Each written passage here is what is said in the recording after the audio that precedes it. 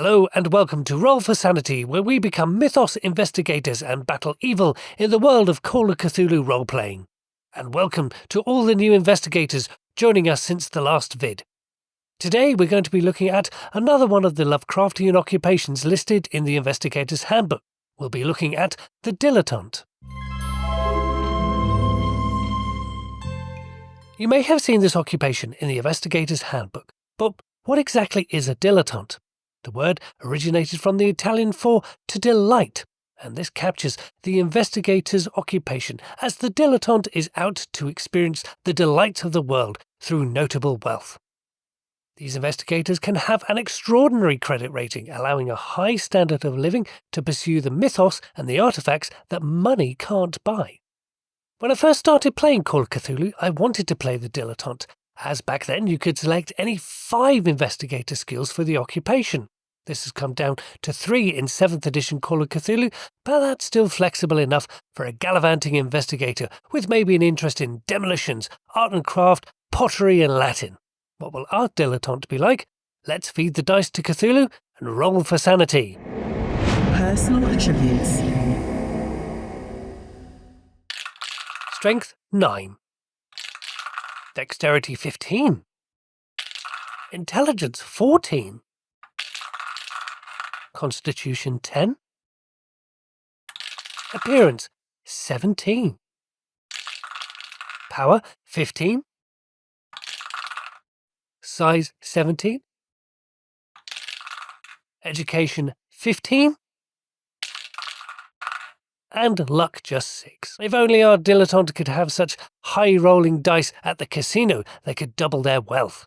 Now, to get our attributes, we take our dice rolls and multiply them by 5, so that is Strength 45, probably not a manual labourer. Dexterity 75, very nimble on their feet. Intelligence 70, a good natural intelligence. Constitution 50, not a long-distance swimmer. Appearance 85, pulp-level attractiveness. Power 75, a sound mind, ideal for an investigator. Size 85, a pulp-level size 2. Education is 75, meaning that our investigator was taught by some of the best schools in the country. Let's look at hit points, which is our con of 50 plus the size of 85 divided by 10 gives us 13 hit points. Our sanity matches our power of 75, so a loss of 15 points of sanity will be needed to make our investigator go insane. With that size combined to our character's low strength, we still get a damage bonus and an extra point in build. But that size is bigger than both of our dex and strength, so our move remains 7 for our investigator. Luck, just 30. Magic points of 15. We've had a build +1 and that damage bonus of 1d4. The occupation skill points for a dilettante are not just based on education. Looking at the occupations in the Investigator's Handbook, which start on page 70, a lot of them make up their skill points from 2 attributes. The dilettante is one such occupation, taking education and appearance into account to calculate the skill points to spend. Luckily, our investigator has pulp-level attractiveness as well as a great education, giving us 320 points. Occupation and skills. First up, we have credit rating, and we can go all the way up to 99, which is very tempting. As I often wonder what a modern super millionaire would bring to a mythos investigation, aside from the private army, luxury air travel around the world, and possibly access to any library in the world. Let's make our investigator less well off than that, but still exceptionally rich for the 1920s with a credit rating of 90. They can afford anything. So what skills do we have for a character that doesn't need to work? An art and craft skill is suggested, but I'll save those points for later. First skill we'll take then is firearms as an occupation skill.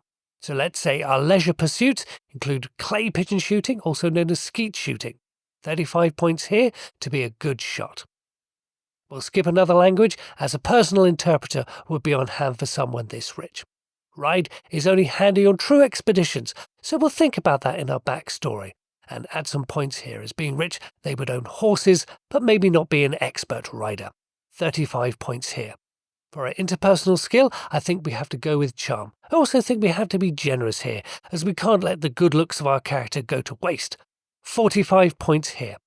Now, we get to choose any 3 skills to round out our dilettante investigator. At first, I was going to be sensible and pick choices like the occult, history, and library, fitting for any investigator. But what would be adventurous skills for our go-getter to have, or even dangerous skills? Let's drop 40 points into demolition, the handling and use of explosives. Let's keep the industrial theme going and have operate heavy machinery, putting 45 points in here to know the workings of a steam shovel, and of course, mechanical repair to fix your digger when it goes wrong. Personal interest skills. Now, much as we're being fanciful with our occupation skills, we do need to put at least 15 points into spot hidden with our personal skills to bring that up to 40, adding 13 to our already great dodge to bring that up to 50. I'm beginning to see a backstory emerging here, so we'll take a personal interest in natural world, putting 30 points there and another 30 points into navigate so they can find their way around that natural world. And let's have 20 points into climb, as they would have been clambering across trees and rocks. That leaves us with a nice 32 points to do something a little crazy with. How about being able to fight with a chainsaw? Being nice and rich, I think our character's family had all the latest gadgets, and our investigator developed Fighting Brawl Chainsaw. This starts with a base of 10, and adding those 32 points is a scary 42% chance of scoring a hit. Our damage of a chainsaw is 2d8 plus the damage bonus. That's quite a lethal combination. The finishing touches. A flip of the coin, and we have a female dilettante, whose family are the Warners, and are well-to-do thanks to their shrewd business involvement in the American takeover of the Panama Canal, and all the imports and exports that go through it. Their eldest daughter, Belinda, is one of the most attractive singles in the Boston socialite market. We see from page 57 of the Investigator's Handbook that with a credit rating of 90, she carries $1,800 in cash. Remember, in the 1920s, a week's stay at a good hotel would be $24. Her personal assets are worth $180,000 and has a spending level of $250 a day. Belinda stands well over 6 foot, and she has blonde hair and blue eyes with an attractive complexion. Look a little closer, though, and you'll see from her hands and skin that she has worked hard traveling to Panama, using her practical skills to help the family business. Her beliefs will be largely capitalist to reward people who work hard. Significant people will be her father, from who she will inherit the family business. Meaningful locations will be Arkham Bank, where she first opened her bank account with her own money. Her treasured possession will be a 1922 60-horsepower Rolls-Royce Silver Ghost. Status symbol, an 18th birthday present from her father. Traits are kind and honest. She will tell you how it is, but will work with you to try and find out the best solution for all involved. No physical or mental ailments or any tomes or artifacts. Belinda does have an encounter with strange entities in the forests of Panama, where she went to aid what she thought was an injured worker, but instead was attacked by sentient creeper vines. A few swipes with her trusty chainsaw, and freedom was hers. That just about wraps it up for our dilettante character, who will join any group of investigators carrying a wad of cash, a chainsaw, and a handbag full of dynamite. Please feel free to visit the blog at www.rollforsanity.com, and of course, find us on X at Roll4Sanity. Thanks again, and we'll roll for sanity again soon.